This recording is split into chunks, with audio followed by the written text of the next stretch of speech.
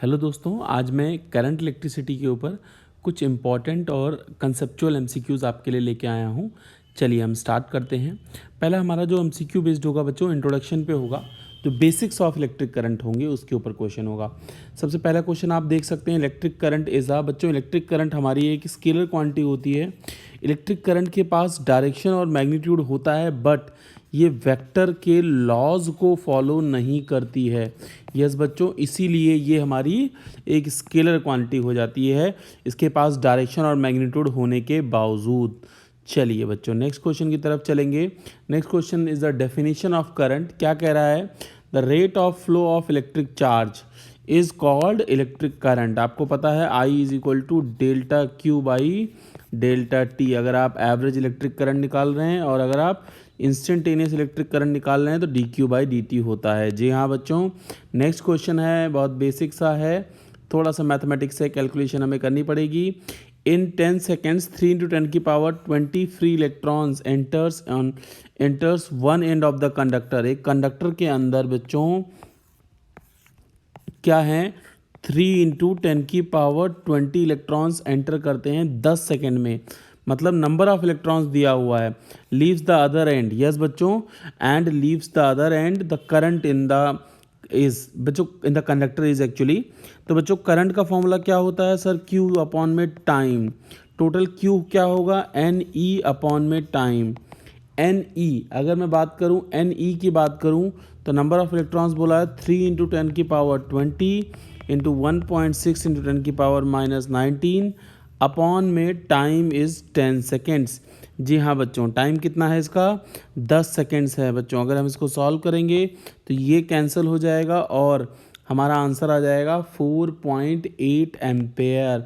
तो answer will be 4.8 ampere. That is option D will be correct in this case.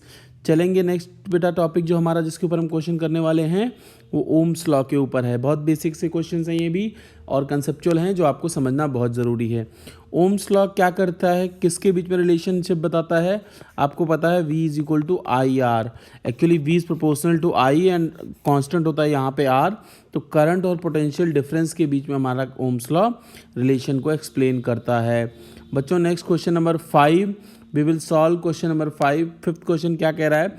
For the validity of the Ohm's law. Ohm's law कब valid होता है? Which one of the following is constant. जी हाँ बच्चों, Ohm's law अगर बेटा देखो, Ohm's law कहता है V is proportional to I and V is equal to I R, where R is the constant of proportionality. Constant of proportionality बच्चों, R का फॉर्मूला आप अगर आप ध्यान से देखें तो R is equal to rho L by ए।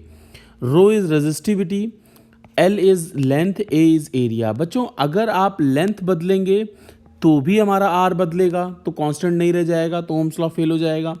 अगर आप टेम्परेचर बदलेंगे तो रो पे फर्क पड़ेगा। Yes, rho is the dependent factor on, I mean temperature के ऊपर हमारा रो डिपेंडेंट है। Yes, you have to understand. Next बच्चों, मटेरियल के ऊपर कैसे डिपेंडेंट है? मटेरियल ऑब्वियसली बेटा rho is going to decide the material property. अलग अलग मटेरियल्स के लिए अलग अलग रो होता है। तो बच्चों तीनों फैक्टर्स हैं यहाँ पे, इसलिए इसका आंसर हो जाएगा डी। ये सब कुछ कांस्टेंट होना चाहिए। अगर कुछ भी वेरिएबल होगा तो बात नहीं बन पाएगी। तो मुझे उम्मीद है आपको समझ में आ गया होगा। चलेंगे नेक्स्ट क्वेश्चन बच्चों, ये भी थ्योरेटिकल क्वेश्चन है, बहुत सुंदर क्वेश्चन है। Which one of the following is not the SI unit of conductance. बच्चों अगर कंडक्टेंस की बात करो तो रेजिस्टेंस का उल्टा होता है। Yes, 1/R is equal to G. G is conductance. इसकी यूनिट सीमेन भी होती है, महो भी होती है, ओम भी होती है, और ओम इनवर्स, सॉरी ओम नहीं, ओम इनवर्स भी होती है। सिर्फ कैंडला होती है ल्यूमिनस इंटेंसिटी की यूनिट होती है बच्चों ये। तो हमारी सीमेंस 1 ओम इनवर्स बोल दो, महो ओम को उल्टा लिख दो, पीछे से देखो ओम को लिख दो तो भी, और सीमेंस भी हमारी कंडक्टेंस की यूनिट होती है। एक्सेप्ट कैंडला, कैंडला हमारी यूनिट होती है किसकी? हमारी होती है ये ल्यूमिनस इंटेंसिटी की। तो सिंपल सा क्वेश्चन था, but you have to understand. Next question बच्चों क्या कहना चाहता है? नेक्स्ट क्वेश्चन आपकी स्क्रीन पे है, that we have to understand in the graph of current versus potential difference. Yes बच्चों, करंट वर्सेस पोटेंशियल डिफरेंस मतलब I versus V characteristics. Yes बच्चों, स्लोप कैरेक्टरिस्टिक्स इज 0.5। मतलब जो स्लोप है इस ग्राफ का उसने बोला है, मान लो ये ग्राफ है बच्चों, क्वेश्चन को ध्यान से देखेंगे, इसका स्लोप दिया है 0.05। यस बच्चों, तो पूछा है the resistance of the conductor. बच्चों देखो, स्लोप किसी भी ग्राफ का, अगर आप स्लोप की बात करो तो स्लोप होता है वर्टिकल एक्सिस अपॉन में हॉरिजॉन्टल, मतलब delta I upon delta V. This is given to us 0.05। मित्रों अगर हमें इसको उल्टा कर दें, मतलब zero delta V by delta I कर दें, तो ये हो जाएगा 1/0.05। दिस कैंसल्स दिस, तो ये हो जाएगा 20 ओम। कौन सा? 20 ओम। तो 7 will give U D option will be correct. चलेंगे बच्चों नेक्स्ट क्वेश्चन की तरफ। नेक्स्ट क्वेश्चन क्या कह रहा है? A wire of current 1.2 ampere. जी हाँ बच्चों, when a potential difference of this volt is applied on it, the conductance of the wire। बेटा देखो, हमें पता है R is equal to V by I, तो 1/R कर दो, मतलब G के बारे में पूछ रहा है, that is I upon V. I हमें कितना दिया है 1.2, V कितना दिया है 1.8, ये इससे कैंसिल हो गया। यस बच्चों, तो ये हो जाएगा 6, ये हो जाएगा 9, ये हो जाएगा 3 इंटू 2 3। यस बच्चों, तो 2/3 इसको सॉल्व करेंगे 2/3 को, तो अप्रॉक्सीमेटली 0.666 समथिंग आएगा, that is 0.67 siemens. Yes, conductance की यूनिट क्या होती है? सीमेंस, हमने अभी देखा था, तो आंसर हो जाएगा बी। नेक्स्ट क्वेश्चन, हमारे नेक्स्ट क्वेश्चन बेस्ड है बच्चों रेजिस्टेंस के ऊपर। बहुत सारी चीज़ें आपको सीखने को मिलेंगी। चलिए स्टार्ट करते हैं। पहला क्वेश्चन क्या कह रहा है? The resistance of the conductor does not increases with, increase in temperature से बढ़ता है बच्चों। यस बच्चों, increase in number of collision अगर डिक्रीज होंगे तो भी रेजिस्टेंस आपका ऑब्वियसली क्या होगा? बढ़ेगा। डिक्रीज इन टेम्परेचर, बिल्कुल सही बात है। यस बच्चों, टेम्परेचर के डिक्रीज करने से भी बढ़ता है, अलग अलग मटेरियल्स में है ये। डिक्रीज इन टेम्परेचर से बढ़ता है बेटा किसमें? सेमी कंडक्टर्स में। ये ह्यूमिडिटी से कुछ फर्क नहीं पड़ता है इसका, बस ये ध्यान रखेंगे। It does not dependent upon humidity. आप बोलेंगे इंक्रीज और डिक्रीज दोनों कैसे? ये बेटा कंडक्टर के लिए और ये सेमी कंडक्टर के लिए। और ऑब्वियसली ये भी हमारा, अगर नंबर ऑफ कोलिजन बढ़ेंगे तो कंडक्टर्स में हमारा बढ़ता है, और मतलब अलग अलग मटेरियल्स में इन्होंने बात करी है। तो आपको ध्यान रखना है, टेम्परेचर पे डिपेंडेंट है, नंबर ऑफ कोलिजन पे भी डिपेंडेंट है, बस डिपेंडेंट नहीं है कौन से फैक्टर के ऊपर? ये ह्यूमिडिटी के ऊपर। तो इसका आंसर हो जाएगा D. D will B accurately correct answer in the case of this thing. चलेंगे नेक्स्ट क्वेश्चन की तरफ, क्वेश्चन नंबर 10th। जी हाँ बच्चों, 10th क्वेश्चन क्या कह रहा है, जरा ध्यान से देखिए। The average with which free electrons in the conductor get drifted, the average with which free electron get drifted under the influence of applied electric field, उसको बोलते हैं हम लोग ड्रिफ्ट वेलोसिटी। बेटा एक कंडक्टर के अंदर देखो, एक कंडक्टर के अंदर U1, U2, U3, U4 बहुत सारे इनकी सबकी वेलोसिटीज़ होती हैं। इन सब अगर इनिशियल वेलोसिटीज़ का एवरेज निकालोगे आप, तब तो आता है 0, लेकिन फाइनल वेलोसिटीज़ का after the application of the battery, जो एक फाइनल वेलोसिटी एक्वायर कर लेते हैं सारे इलेक्ट्रॉन्स अपॉन में n, इसी को हम लोग बोलते हैं drift velocity VD। That is option B will be correct in this case. B will be your correct option. चलेंगे नेक्स्ट क्वेश्चन की तरफ, question number 11th। Question number 11th क्या होता है? 11th क्या कह रहा है, क्या होता नहीं है?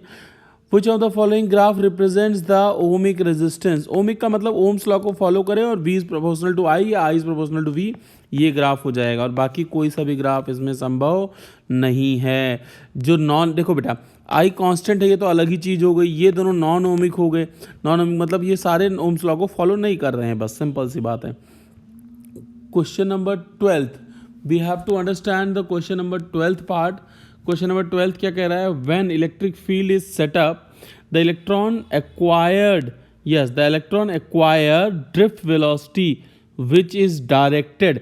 जी हाँ बच्चों, उसने क्या बोला है कि अगर इलेक्ट्रिक फील्ड सेटअप होती है, इलेक्ट्रिक फील्ड सेटअप होती है, तो इलेक्ट्रॉन्स किधर की तरफ जाएंगे? बेटा ऑब्वियस सी बात है, अगर पॉजिटिव इधर है, नेगेटिव इधर है, तो इलेक्ट्रिक फील्ड आपके इधर हो जाएगी। तो इलेक्ट्रॉन्स अपोजिट डायरेक्शन में फ्लो करेंगे, पॉजिटिव चार्ज के पास में जाएंगे। तो कहाँ जाएंगे? अपोजिट टू द फील्ड जाएंगे, डायरेक्शन ऑफ फील्ड में नहीं जाएंगे, परपेंडिकुलर नहीं जाएंगे। टेंजेंशियल का कोई लॉजिक नहीं है। ऑब्वियस सी बात है, इलेक्ट्रिक फील्ड के अपोजिट की तरफ जाएंगे। तो इसका आंसर हो जाएगा आपका ए। चलिए बच्चों नेक्स्ट देखते हैं, थ्योरेटिकल बेस्ड क्वेश्चन है जो ड्रिफ्ट वेलोसिटी होती है वो क्या होती है इलेक्ट्रॉन की बेटा, that is of order of how much, like approximately 10⁻³ metre per second. This is the database question. कम आने की संभावना है बट आ सकता है। नेक्स्ट बेटा स्पेसिफिक रेजिस्टेंस के ऊपर क्वेश्चन है जिसको आप रेजिस्टिविटी भी बोलते हैं। R is equal to rho L by A, rho के ऊपर बेस्ड क्वेश्चन है। The specific resistance of the conductor is independent of, जी हाँ बच्चों, स्पेसिफिक रेजिस्टेंस रेजिस्टेंस की बात कर रहा है। Resistance of the conductor is independent of the length of the conductor, nature of the material, area of the, बेटा देखो रेजिस्टेंस रो एल इस सबके ऊपर डिपेंडेंट होता है, क्लाइमेटिक कंडीशंस के ऊपर थोड़ा कम डिपेंडेंट होता है। यस बच्चों, तो इसका आंसर हो जाएगा डी। क्वेश्चन नंबर 15 क्या कह रहा है, क्या कहना चाहता है, the resistance of the given conductor is directly proportional to mth power of the length. देखो R is equal to rho L की power m and nth power of area nth power of area. अब actually बेटा ऐसे बोला है उसने, ध्यान से देखो तो एरिया की पावर n है। अब उसने पूछा है the value of m n, आपको पता है R इज इक्वल टू होता है रो एल बाई ए, मतलब रो एल की पावर 1 ए की पावर -1। तो m की वैल्यू क्या आ गई 1 और n की वैल्यू क्या आ गई -1, 1 एंड -1। तो 15 will give you which option, that is C option will be correct.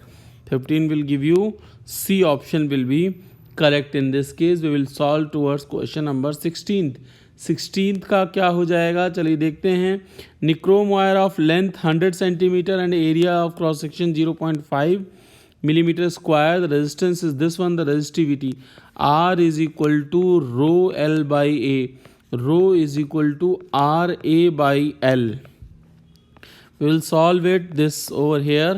R कितना है 2.2 ओम, रो एरिया कितना है 0.5 इंटू 10 की पावर, देखो 10 की पावर -6 और अपॉन में लेंथ कितना है 100 इंटू 10 की पावर -2।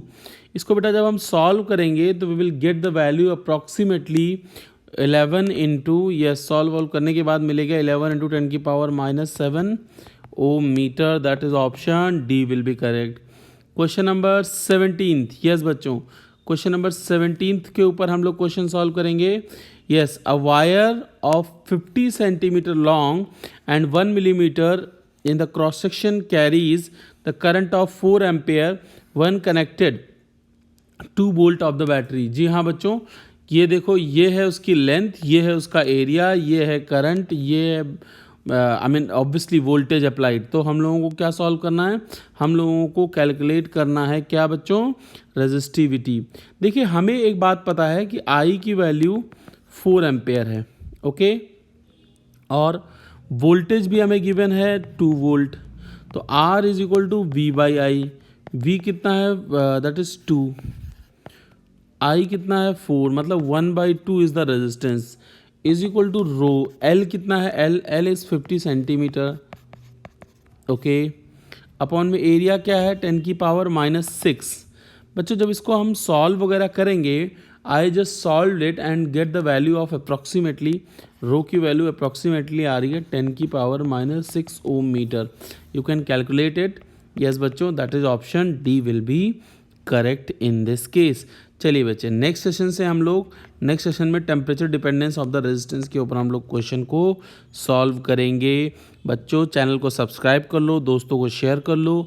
बहुत सारे डेली एमसीक्यूज़ मैं आपके लिए डालता हूँ और शॉर्ट्स डालता हूँ ढेरों, जिससे आप फटाफट 1 मिनट के अंदर रिवीजन भी पूरे फिजिक्स का आप अच्छे से कर सकते हैं। तो आप प्लेलिस्ट में जाइए, विजिट कीजिए और अच्छे से अपने सब्जेक्ट को स्ट्रांग बनाइए। थैंक यू सो मच मेरे प्यारे दोस्तों।